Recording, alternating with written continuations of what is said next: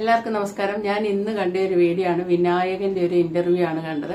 കാണുമ്പോൾ നമുക്കൊരു സങ്കടം തോന്നും. കാരണം വിനായകൻ എന്ന വ്യക്തി അത്ര വലിയ ക്ലിയറും നല്ല ആളാണ്, നല്ല അത്ര വ്യക്തിത്വം അത്ര നല്ല ആണെന്ന് നമുക്ക് പറയാൻ പറ്റില്ല. കാരണം മദ്യത്തിന് അടിമയായതുകൊണ്ട് മദ്യമാണ് പുള്ളിയുടെ തലച്ചോറിനെ നിയന്ത്രിക്കുന്നത്. അപ്പൊ അതനുസരിച്ച് നമ്മൾ കണ്ടിരിക്കുന്ന വിനായകൻ നല്ലൊരു ആക്ടർ. ഞാൻ മമ്മൂട്ടി പോലെ ഒരു സ്റ്റേജിൽ നിന്ന് പറയുന്നത് ഏതോ സിനിമയിൽ ഒന്നിച്ചു നോക്കിയപ്പോൾ തിരിഞ്ഞൊരു നോട്ടം നോക്കുമ്പോൾ ആ നോട്ടത്തിലെ ഒരു ഭാവം മുഖത്ത് വന്ന് അതിശയായിപ്പോ എന്ന് പറയുന്നത് ഞാൻ കേട്ടിട്ടുണ്ട് സ്റ്റേജിൽ നിന്ന്.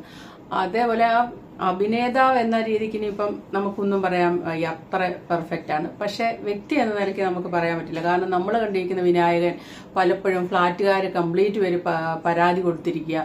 എന്നിട്ട് ഫ്ളാറ്റിൽ കിടന്ന് വെള്ളം അടിച്ചിട്ട് മുറ്റത്തൊക്കെ നിന്നിട്ട് ഫ്ളാറ്റിന്റെ മുറ്റത്തൊക്കെ നിന്ന് തുണി പറിച്ച് ആറാടുന്നതൊക്കെ സോഷ്യൽ മീഡിയ 2-3 വർഷം മുന്നേ നോക്കിയാൽ കാണാം. പോലീസിന്റെ അടുത്ത് പോയിട്ട് പോലീസ് ഏത് പഴയുള്ള ആൾക്കാർ പറയാം, ഏത് കുടിയന്മാരും പോലീസിനെ കാണുമ്പോഴത്തേനും അവരുടെ കുടിയൊന്നും ഇറങ്ങും, അവർ വലിയ അഭ്യാസം എടുക്കരുത്. പക്ഷെ ഇവിടെ തിരിച്ച് വിനായകൻ പോലീസുകാരോടും വളരെ മോശമായിട്ട് പെരുമാറുന്നത് നമ്മൾ കണ്ടിട്ടുള്ളതാണ്. പുള്ളിയെ നിയന്ത്രിച്ചിരിക്കുന്ന പൃഥ്വിരാജ് ഒരു ഇന്റർവ്യൂ പറഞ്ഞ മദ്യപിക്കില്ല. അതിന്റെ കാരണം എന്താണെന്ന് ചോദിച്ചാൽ മദ്യപിച്ച് കഴിഞ്ഞു കഴിഞ്ഞാൽ പിന്നെ വേറൊരു വ്യക്തിയായിട്ട് നമ്മൾ മാറും. നമ്മുടെ ആ വ്യക്തിയെ നമ്മളല്ല നിയന്ത്രിക്കുന്ന, മദ്യമാണ് നിയന്ത്രിക്കുന്നത്. തലച്ചോറ് പിന്നെ സന്ദേശമൊക്കെ കൊടുക്കുന്ന മദ്യത്തിന് ഇഷ്ടപ്പെടുന്ന മറ്റോ ഏതോ ഒരു സിനിമ ഇന്നസെന്റ് കളിയാക്കി പറയില്ലേ, ഏത് ബ്രാൻഡ് അടിക്കുന്നോ ആ ബ്രാൻഡിന്റെ സ്വഭാവം കാണിക്കുന്നില്ലേ, അതേപോലെ തന്നെ അത് തമാശയല്ല, ഒരു നേരെ ഓപ്പോസിറ്റ് വ്യക്തിത്വമായി മാറുക ചെയ്യുന്നത്. എത്ര നല്ല നീറ്റായ മനുഷ്യരാണ് ചിലരെ കണ്ടത്. ചിലർ പിന്നെ ആകെ ശോകമായിട്ട് പാട്ട് പാടിപ്പോകും, ചിലർ ഭയങ്കര കോമഡിയാവും, ചിലർ ഭയങ്കര വഴക്കാളിയായിരിക്കും, മദ്യപിച്ച് കഴിഞ്ഞാൽ വഴക്കാളിയായിരിക്കും. പക്ഷേ ഇങ്ങനെ മദ്യപിക്കുന്നവരുടെ കൂടെ കഴിയുന്ന സ്ത്രീകളെ കുറിച്ച് ഒന്ന് ആലോചിച്ച് നോക്കണം. ഇവരുടെ മൂഡ് മാറി വരുന്നതനുസരിച്ച് ഇവര് എന്തൊക്കെയാ ഇവര് കാട്ടിക്കൂട്ടുന്നത്. അപ്പം ജീവിതത്തിന്റെ അല്ലെ കുടുംബത്തിന്റെ തായ്വേര് അറക്കാതിരിക്കാൻ, അല്ലെങ്കിൽ അത് അറ്റു പോകാതിരിക്കാൻ വേണ്ടി കുടുംബം യോജിപ്പിച്ചു കൊണ്ടുപോകാൻ വേണ്ടി ഈ സ്ത്രീകൾ കണ്ടമാനം സഹിക്കുന്നുണ്ട്. 1-2 ദിവസം കൊണ്ട് അവരെടുക്കുന്ന ഒരു തീരുമാനം ആയിരിക്കില്ല ഈ വ്യക്തിയെ ഡിവോഴ്സ് ചെയ്ത് പോകാന്ന്. വർഷങ്ങളായിട്ട് മനസ്സിൽ കിടന്ന് ഇങ്ങനെ തന്നെ പിന്നെ ആലോചിച്ചെടുക്കുന്ന ഒരു തീരുമാനം ഒരു ദിവസം അവർ പ്രാവർത്തിയാക്കുന്നേ ഉള്ളൂ.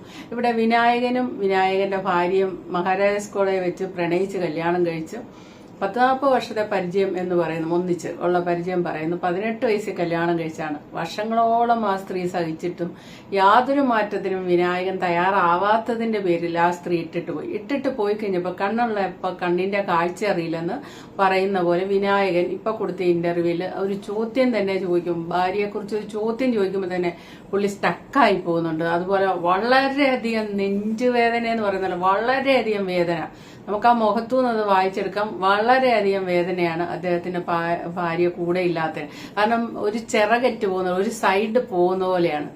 നല്ല പാതി എന്നാണല്ലോ ഭാര്യയും ഭർത്താവിനും തമ്മിൽ പറയുക, ഒരു നേർപാതി തന്നെയാണ്. അപ്പൊ ഇവർക്ക് ഏത് കാര്യത്തിനും വിളിക്കാനും എടുക്കാനും എല്ലാം ചെയ്തു കൊടുക്കാനും അവർക്ക് അപ്പം ആ കടന്നു പോകുമ്പോൾ ആ നല്ല പാതിയുടെ വില പല പുരുഷന്മാർക്കും അറിയില്ല. ഒരു ഓക്കാനായിരിക്കും. ഭാര്യ ഫോൺ ചെയ്താൽ തന്നെ ഒരു ജസ്റ്റ് ഒന്ന് സംസാരിച്ചിട്ട് അപ്പൊ തന്നെ ഫോൺ കട്ട് ചെയ്യുക, എന്തിനും ഏതിനും കൊള്ളിയല്ലാത്ത ഒരു സാധനം അടുക്കള എങ്ങനെ കിടക്കുന്നത്, അങ്ങനെയൊക്കെ കാണിക്കുന്ന പുരുഷന്മാരുണ്ട്. പക്ഷെ ഇവര് നിലനിൽക്കുന്നത് അവരെ ആശ്രയിച്ചാന്നുള്ളതാണ്. അവരങ്ങ് ഇല്ലാതായ പടേന്ന് ഇവര് സ്റ്റോപ്പ് ആകും. ഇവർക്ക് പിന്നെ ഒന്ന് മൂവ് ചെയ്യാൻ പോലും പറ്റാത്ത ഒരു മാനസികാവസ്ഥയിലെത്തും. അതൊന്നും ഇവർക്ക് അവർ ജീവിച്ചിരിക്കുമ്പോൾ അറിയില്ല. ചില പെണ്ണുങ്ങളും ഉണ്ട്, അങ്ങനെ ഇല്ലെന്നില്ല. എന്നാലും ഇന്റർവ്യൂവിന്റെ കുറച്ച് ഭാഗം കണ്ടു തുടങ്ങാം. പക്ഷേ വെജാണ് മോസ്റ്റ്ലി. അതെന്റെ ഭാര്യയായിട്ടുള്ള റിലേഷൻഷിപ്പിൽ വന്നതാണ്. പുള്ളിക്കാരൻ മോസ്റ്റ്ലി വെജാണ്. ഞാൻ അങ്ങനെ എനിക്ക് വെജാണ് ഇഷ്ടം. ഞാൻ മീറ്റ് അങ്ങനെ കഴിക്കാറുണ്ട്.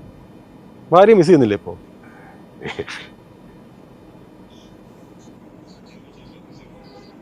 മറ്റേത് പുള്ളി അവിടെ ഇപ്പം ഇല്ല, അത്രേ ഉള്ളു. അല്ലെങ്കിൽ ഇങ്ങനെയൊക്കെ തന്നെയാണ്. കാരണം പുള്ളി ബാങ്കിലാണ് ഓഫീസിലപ്പം. ഞാൻ ഷൂട്ടിന് പോകും, ഞാൻ ഇവിടെ വരുമ്പോൾ പുള്ളിയില്ല, ഞാൻ ഇവിടെ വരുമ്പോൾ പുള്ളി ഇവിടെ വരുമ്പോൾ ഞാനില്ല, അങ്ങനെയാണ്. അപ്പം എന്നാലും പക്ഷെ ഉണ്ടായിരുന്നു, ഇപ്പം ഇല്ല. ഒരിക്കൽ നമ്മുടെ സ്വകാര്യ സംഭാഷണത്തിനിടയ്ക്ക് വിനായകൻ പറഞ്ഞിട്ടുണ്ട്, എൻ്റെ ഫിനാൻസ് വരെ മാനേജ് ചെയ്യുന്നത് ഭാര്യയാണ്, അവളില്ലാത്ത തന്നെ ശരിക്കും അത് ബാധിക്കുന്നുണ്ട്. ഭയങ്കരമായിട്ടുണ്ട്. അതാണ് ഞാനൊന്ന് പിടിച്ചെടുക്കാൻ നോക്കണേ. കാരണം ഞാൻ 18-19 വയസ്സിൽ ഞങ്ങൾ ഒരുമിച്ചുണ്ടായതാണ്. കുറച്ചാൾ മുമ്പ് പോയി അവൾ. ഇഷ്ടപ്പെട്ട് കല്യാണം കഴിച്ചതാണോ? ലവ് മാരേജ് ആയിരുന്നു. കമ്മട്ടിപ്പാടം തന്നെയാണ്? ഇല്ല, മഹാരാജാസ് കോളേജ്. പെട്ടെന്ന് അങ്ങോട്ട് പോയപ്പോൾ 10-40 കൊല്ലത്തെ കണക്ഷൻ അതങ്ങ് പെട്ടെന്ന് പോയി. കാശ് ഹാൻഡിൽ ചെയ്യാൻ പറ്റില്ല, അതാണ് മെയിൻ കാര്യം. കാശ് ഈവൻ എൻ്റെ ഒരു GPay അങ്ങനെയുള്ള ഒരു ടെക്നിക്കൽ പരിപാടി. പുള്ളി IT ആയിരുന്നു പഠിച്ചു തുടങ്ങിയത്. പുള്ളി ആയിരുന്നു ഇല്ല ഇപ്പോഴും സ്റ്റിൽ ഓക്കെ. അത് കുഴപ്പമൊന്നും കൺട്രോളിലോട്ട് വരാൻ പറ്റുന്നില്ല. ഞാൻ അതാണ് ശ്രമിക്കണത്. പിന്നെ പിള്ളേരുള്ളതുകൊണ്ട് അവന്മാരെല്ലാം ചെയ്തു തരും. ഇന്റർവ്യൂ ചെയ്യുന്നയാളുടെ ഫസ്റ്റ് ക്വസ്റ്റ്യൻ മിസ് ചെയ്യുന്നുണ്ടോന്ന് ആ ഒറ്റ ചോദ്യത്തിൽ തകർന്നു പോയി, മിണ്ടാൻ മേലാതായി പോയി. അപ്പൊ ഞാൻ അതാണ് തിരിച്ചു പിടിക്കാനാണ് ശ്രമിക്കുന്നത്. എത്ര ശ്രമിച്ചാലും നടക്കില്ല, അവിടെ ശൂന്യമായിട്ട് തന്നെ കിടക്കും. ഏത് പുരുഷന്മാരും മനസ്സിലാക്കേണ്ട ഒരു കാര്യം, ഇപ്പൊ സ്ത്രീകളെ വർണ്ണിച്ചങ്ങ് മുകളിലോട്ട് കയറ്റാനുള്ള ഉദ്ദേശമൊന്നും എനിക്കില്ല. ഈ കുടുംബം ഛിന്ന ഭിന്നമായി പോകാതിരിക്കാൻ മദ്യപിക്കുന്ന ഭർത്താക്കന്മാരുടെ ഭാര്യമാരുണ്ടല്ലോ, അവര് ആജീവനാന്ത ശകനശക്തിയുടെ പ്രതീകമാണെന്ന് പറയും. അതുപോലെ അവർ നിൽക്കുന്നുണ്ട്. ഇദ്ദേഹത്തിന്റെ സ്വഭാവം എടുത്തു കഴിയുമ്പോഴത്തേക്കിന് ഒരു ഫിലിം സ്റ്റാർ എന്നുള്ള രീതി വിട്ട് പുള്ളി ആ ഒരു ലെവലൊക്കെ വിട്ടാ മദ്യപിച്ച് കഴിഞ്ഞാൽ പിന്നെ ഇടപെടുന്നത്. അതേ സമയത്ത് നല്ല ചിന്താശക്തിയും എല്ലാം ഉള്ള ഒരു വ്യക്തിയാണ്. ഇപ്പം ഇടയ്ക്കൊക്കെ ഇപ്പൊ ഈ ജാതി വ്യവസ്ഥയെ കുറിച്ചൊക്കെ നല്ല പോസ്റ്റ് എഴുതി ഫേസ്ബുക്കിലൊക്കെ ഇടും. 10 മിനിറ്റ് കഴിയുമ്പോൾ പുള്ളി അത് ഡിലീറ്റ് ആക്കും. കഴിഞ്ഞ ദിവസം ഇപ്പം ഇറങ്ങിയ സിനിമയുണ്ടല്ലോ, ആ സിനിമയുടെയൊക്കെ ഓരോ എഴുതിയിടുന്നുണ്ട്. അപ്പൊ തന്നെ അതിന്റെ താഴെ ഗീതു മോഹൻദാസിന്റെ പടത്തിനെ പറ്റിയൊക്കെ ഇട്ടിട്ടുണ്ട്. അപ്പൊ തന്നെ കമന്റ് ബോക്സിലുണ്ട് ഇപ്പൊ തന്നെ അത് പോസ്റ്റ് പിൻവലിക്കുന്നത്. കാരണം മദ്യപിച്ചിരിക്കുമ്പോഴായിരിക്കാം ഒരുപക്ഷെ അത് ഇടുക. ആരുടെ മുഖത്ത് നോക്കി എന്തും പറയാനുള്ള നട്ടലുണ്ട്. പക്ഷെ മദ്യം ഒരു അല്പം താഴോട്ട് ഇറങ്ങിക്കഴിയുമ്പോൾ പുള്ളി അത് പിൻവലിക്കും. അങ്ങനെയൊക്കെ കമന്റ് ബോക്സ് ഉണ്ട്. പുള്ളിയെ അപ്പൊ പൂർണ്ണമായിട്ടും പുള്ളിയുടെ വ്യക്തിത്വത്തിനെ നിയന്ത്രിക്കുന്നത് മദ്യമാണെന്നുള്ളതാണ്. ഇപ്പൊ ഈ കമന്റ് ബോക്സ് നിറയാൻ കമന്റ് വായിക്കുന്നില്ല, കമന്റ് ബോക്സ് നിറയെ എഴുതിയിരിക്കുന്ന ആൾക്കാർ എഴുതിയിരിക്കുന്നത് ഭാര്യയെ കുറിച്ച് ഇത്ര തുറന്നു പറയാനുള്ള ഒരു മനസ്സ്, അത് നമ്മൾ അംഗീകരിക്കണം. അത് ശരി, അതൊക്കെ അംഗീകരിക്കണം. അവരുടെ ആ നികത്താനാവാത്ത ഇവിടം എന്നൊക്കെ പറയുന്ന പോലെ അവരില്ലാതായപ്പോ ജീവിക്കാൻ മേലെന്നുള്ള കാര്യം പുള്ളി പച്ചയ്ക്ക് തുറന്നു പറയാണ്ട് ഈഗോ ഒന്നും വെക്കുന്നില്ല. അതെല്ലാം ശരിയാ. പക്ഷെ എന്നിട്ട് ആൾക്കാർ കമന്റ് ചെയ്തിരിക്കുന്നു, ചേച്ചി ക്ഷമിക്കാമെങ്കിൽ ക്ഷമിക്കുക. എല്ലാവർക്കും അറിയാം അദ്ദേഹത്തിന്റെ സ്വഭാവം, ക്ഷമിക്കാമെങ്കിൽ ക്ഷമിച്ച് തിരിച്ചു വരണമെന്ന്. അപ്പൊ അവിടെ എനിക്ക് പറയാനുള്ള എന്ന് വെച്ചാൽ അങ്ങനെയൊന്നും ക്ഷമിച്ചിട്ട് ഒരു കാര്യമില്ല. ഇങ്ങേരെ എന്നും മദ്യപാനം നിർത്തുന്നു. ഇത്രയും നല്ല വ്യക്തി ഒരുപക്ഷെ കാണില്ല, ഇത്രയും നല്ലൊരു മനുഷ്യൻ ഒരുപക്ഷെ കാണില്ല. അത്ര നല്ല ഭർത്താവും അത്ര നല്ല അച്ഛനും ആയിരിക്കാം. അപ്പൊ ആ മദ്യപാനം എന്ന് നിർത്തുന്നു അന്ന് ആ സ്ത്രീ വന്നിട്ടേ കാര്യമുള്ളൂ എന്നേ ഞാൻ പറയുള്ളൂ. അല്ലാതെ മദ്യപിക്കാതിരിക്കുന്ന സമയത്ത് അയ്യോ ഞാൻ ഇനി ഒരിക്കലും അങ്ങനെ ചെയ്യില്ലേ എന്ന് പറഞ്ഞാൽ എല്ലാ കുടിയന്മാരും ചെയ്യുന്ന തലേദിവസം ഭാര്യക്കിട്ട് അടിച്ചിട്ട് പിറ്റേ ദിവസം മദ്യം ഇറങ്ങി കഴിയുമ്പോൾ പറയും വേണേ നീ എനിക്കിട്ട് 2 എണ്ണം അടിച്ചോ, ഞാൻ ഇനി അത് ചെയ്യത്തേ ഇല്ലെന്ന് പറയും. രാത്രിയാകുമ്പോൾ അവർ വീണ്ടും അടിക്കും. ഇത് പഴയ കഥയാണ്, ഇപ്പോഴും അതിന് മാറ്റമൊന്നുമില്ല. പുതിയ തലമുറ അങ്ങനെയൊക്കെ തന്നെയാണ്. അപ്പൊ അടുത്ത കേൾക്കാം. ഭാര്യ ഉണ്ടായിരുന്നു, ഇപ്പോൾ സെപ്പറേറ്റ് ആയിട്ട് കുട്ടികളില്ല.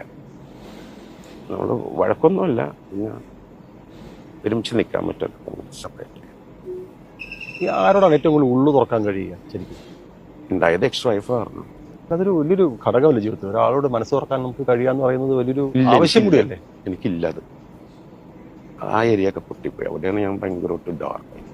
നേരത്തെ താങ്കൾ പറഞ്ഞ പോലെ എനിക്ക് ഏറ്റവും കൂടുതൽ അങ്ങനെ ഉള്ളു തുറന്ന് സംസാരിക്കാൻ കഴിയുന്നത് എന്റെ ഒരാളത്തെങ്കിലും നമ്മൾ സംസാരിക്കുന്നു. എത്ര അകത്ത് കയറിയാലും നമ്മൾ ഒരാളുടെ അടുത്ത് സംസാരിക്കുന്നുണ്ടാകും തീർച്ചയായിട്ടും. അങ്ങനെ ഒരാളാണ് ഭാര്യ ആയിരുന്നു പറയുന്നത്. പിന്നെ എങ്ങനെയാണ് ആ വേർപിരിയൽ സംഭവിച്ചത്? ആരുടെ കുഴപ്പം കുറ്റം എന്നുള്ളതല്ല, എന്റെ ആയിരിക്കുള്ളൂ. എന്നെ ഹാൻഡിൽ ചെയ്യാൻ പറ്റുന്നില്ല. എന്റെ പ്രശ്നം ഞാൻ ഒറ്റക്കായി പിന്നെ ട്രാക്കായി പുറത്തിറങ്ങുന്നില്ല. പിന്നെ എന്റെ പ്രശ്നമായിരിക്കുള്ളൂ. ഓളുടെ ആകില്ല, ഒരിക്കലും ആകില്ല. ഓളിപ്പോഴും ഞാനായിട്ട് എൻ്റെ എല്ലാ കാര്യങ്ങളും നോക്കുന്നുണ്ട്. ബാങ്കിങ് അത് ഇതെല്ലാം, ഇവൻ യൂട്യൂബ് വരെ റീചാർജ് ചെയ്യാൻ പറ്റുന്ന കാര്യം എൻ്റെ പ്രശ്നമായിരിക്കും. പരസ്പരം മനസ്സിലാക്കുമ്പോഴും വേർപിരിയലാണ് നല്ലതെന്ന് തോന്നി. അതാണ്. അല്ലെങ്കിൽ പുള്ളിക്കാർക്ക് പ്രശ്നമുണ്ടാവും. സമാധാനം കൊടുക്കുന്നില്ല ഞാൻ. ബെറ്റർ ലൈഫ് കുറച്ച് നാളല്ലേ ഉള്ളൂ. പക്ഷെ അവരോട് ഒരുപാട് മനസ്സിലാക്കാൻ ശ്രമിച്ചു വരും അല്ലേ? പക്ഷെ ഇതാണ് നല്ലത് പുള്ളിക്കാരിക്കും എനിക്കും. അല്ലെങ്കിൽ സൗണ്ട് ആയിരിക്കും. ബാങ്കിലെ പുള്ളി വിനീത എന്ന് പറയും. വിനീത വിനയൻ. ഞാൻ പിന്നെയാണ് ആ പേര് ആലോചിച്ചത്, വിനീതയും വിനയനും. എന്നെ വിനയൻ എന്ന് എല്ലാവരും വിളിക്കണം. വിനായകൻ അങ്ങനെ ആൾക്കാർ വിളിക്കാറ്. ഇദ്ദേഹം ഈ സ്വന്തം വൈഫിന് നല്ല റെസ്പെക്ട് കൊടുക്കുന്നുണ്ട്. അവളെ കൂടെ ജീവിച്ച് അവളുടെ ലൈഫ് പോകത്തുള്ളൂ, എന്നെ സഹിക്കാൻ ബുദ്ധിമുട്ടാണ് എന്നുള്ള എല്ലാ തെറ്റും മനസ്സിലാക്കുന്നു എന്നുള്ളതാണ്. അത് തുറന്ന് പറയാനും ആ ഭാര്യയെ ബഹുമാനിക്കാനുമുള്ള ഇത് മനസ്സും ഒക്കെ കാണിക്കുന്നുണ്ട്. എന്നെ സഹിക്കാൻ അത്ര എളുപ്പമല്ല എന്നുള്ള രീതി പറയുന്നുണ്ട്. അത് ഒറ്റ പോയിന്റിലേക്ക് എത്തുന്നത്. ഇതൊക്കെ പറയുന്നുള്ള എന്തുകൊണ്ടാണെന്ന് വെച്ചാൽ പുള്ളിക്കാരൻ മദ്യപാനം നിർത്തുന്നില്ല. അത് തുടർന്നുകൊണ്ടേ പോകുന്ന മദ്യപിച്ച് നിൽക്കുന്ന ഒരു വ്യക്തിയെ സഹിക്കാൻ പുള്ളിക്കാരത്തേക്ക് പറ്റില്ല. അപ്പൊ ബാക്കിയുള്ള പുള്ളിക്കാരത്തിന്റെ ലൈഫ് കൂടെ പോകത്തേ ഉള്ളൂ. ഒരു മനസമാധാനം എന്ന് പറയുന്ന ഇല്ല, പോകത്തുള്ളൂ. അതുകൊണ്ട് വേറെ പിരിഞ്ഞു പോകുന്നതിന് കുഴപ്പമില്ല. പക്ഷെ പോയപ്പോ എന്തുണ്ടായെന്ന് വെച്ചാൽ ഒന്ന് മനസ്സ് തുറന്ന് സംസാരിക്കുന്ന പോലും പോലും ആരുമില്ല, അല്ലെ ഇപ്പം ജിപേ ചെയ്യാല്ലേ, അങ്ങനത്തെ ഒരു കാര്യം പുള്ളിക്ക് അറിയില്ല. സാമ്പത്തികമായ പുള്ളിയുടെ കാര്യം എല്ലാം ചെയ്തു കൊടുക്കുന്നത്, ഇപ്പൊ അതൊക്കെ തുറന്നു പറയുന്നുള്ളൂ, എല്ലാ കാര്യങ്ങളും ചെയ്തു കൊടുക്കുന്നത് വൈഫായിരിക്കും. അതാണ് ഒരു കുഴപ്പം. എന്താണ് ഒരു വശമല്ലേ, നല്ല വശം എന്ന് പറയുന്നത് നല്ല നേർപ്പാതിയാണ്. അത് ശരിക്കും പറഞ്ഞാൽ അത് ഇല്ലാതാകുമ്പോഴാണ് അതിന്റെ വില അറിയുന്നത്. ഇപ്പൊ ഇപ്പോഴും പുള്ളി ഇന്റർവ്യൂ ചെയ്യുമ്പോൾ പറയുമ്പോഴും അവര് എന്നെ സഹിക്കാൻ എളുപ്പമല്ല എന്നൊക്കെ പറയുമ്പോഴും പുള്ളി ഒരു കുറച്ച് തീരുമാനം എടുത്താൽ മതി, മദ്യം നിർത്തുക എന്നുള്ളത്. അപ്പം ആ സ്ത്രീക്ക് ബഹുമാനമൊക്കെ കൊടുക്കുന്നുണ്ടെങ്കിലും ആ സ്ത്രീയുടെക്കാട്ടും മുകളിലാണ് മദ്യത്തിന്റെ സ്ഥാനം. അത് അങ്ങ് കട്ട് ചെയ്ത് അതിനെ അങ്ങ് ഡിവോഴ്സ് ആക്കാന്ന് പറഞ്ഞാൽ അതിനെ അങ്ങ് ഉപേക്ഷിച്ചിട്ട് സ്വന്തം വൈഫിനെ ജീവിതത്തിലേക്ക് പിടിക്കുവാണെങ്കിൽ അവർക്ക് അച്ഛനും അമ്മയായി മക്കളുമായിട്ട് സുഖമായിട്ട് ജീവിക്കുക. ഇപ്പോഴും ആ തീരുമാനം എടുക്കാൻ പുള്ളിക്ക് സാധിക്കുന്നില്ല എന്നുള്ള ആ തീരുമാനം എടുക്കാത്തത്ര കാലം വൈഫിന് ഇങ്ങേരോട് അതൊന്നും ഇല്ലാന്ന് പറഞ്ഞ് പുള്ളിക്കാരത്തി വന്നാലും വീണ്ടും ചരിത്രം ആവർത്തിക്കാന്ന് പറഞ്ഞാൽ വീണ്ടും ഇതുവരെ കഴിഞ്ഞ് ഇത്രയും വർഷക്കാലം പുള്ളിക്കാരത്തി എന്ത് സഹിച്ചോ അത് തന്നെ സഹിച്ച് മുന്നോട്ട് പോകേണ്ടി വരും. അല്ലാതെ കമന്റ് ബോക്സിൽ ചേച്ചി ക്ഷമിക്കാമെങ്കിൽ ക്ഷമിക്കുക, ചേച്ചി വരൂ എന്നൊക്കെ പറഞ്ഞ് നമുക്കങ്ങനെ പറയാം. പക്ഷെ മദ്യപാനം ഉപേക്ഷിച്ചാൽ മാത്രമേ കാര്യമുള്ളൂ. അപ്പോൾ okay, thank you for watching. അടുത്ത വീഡിയോ കാണാം.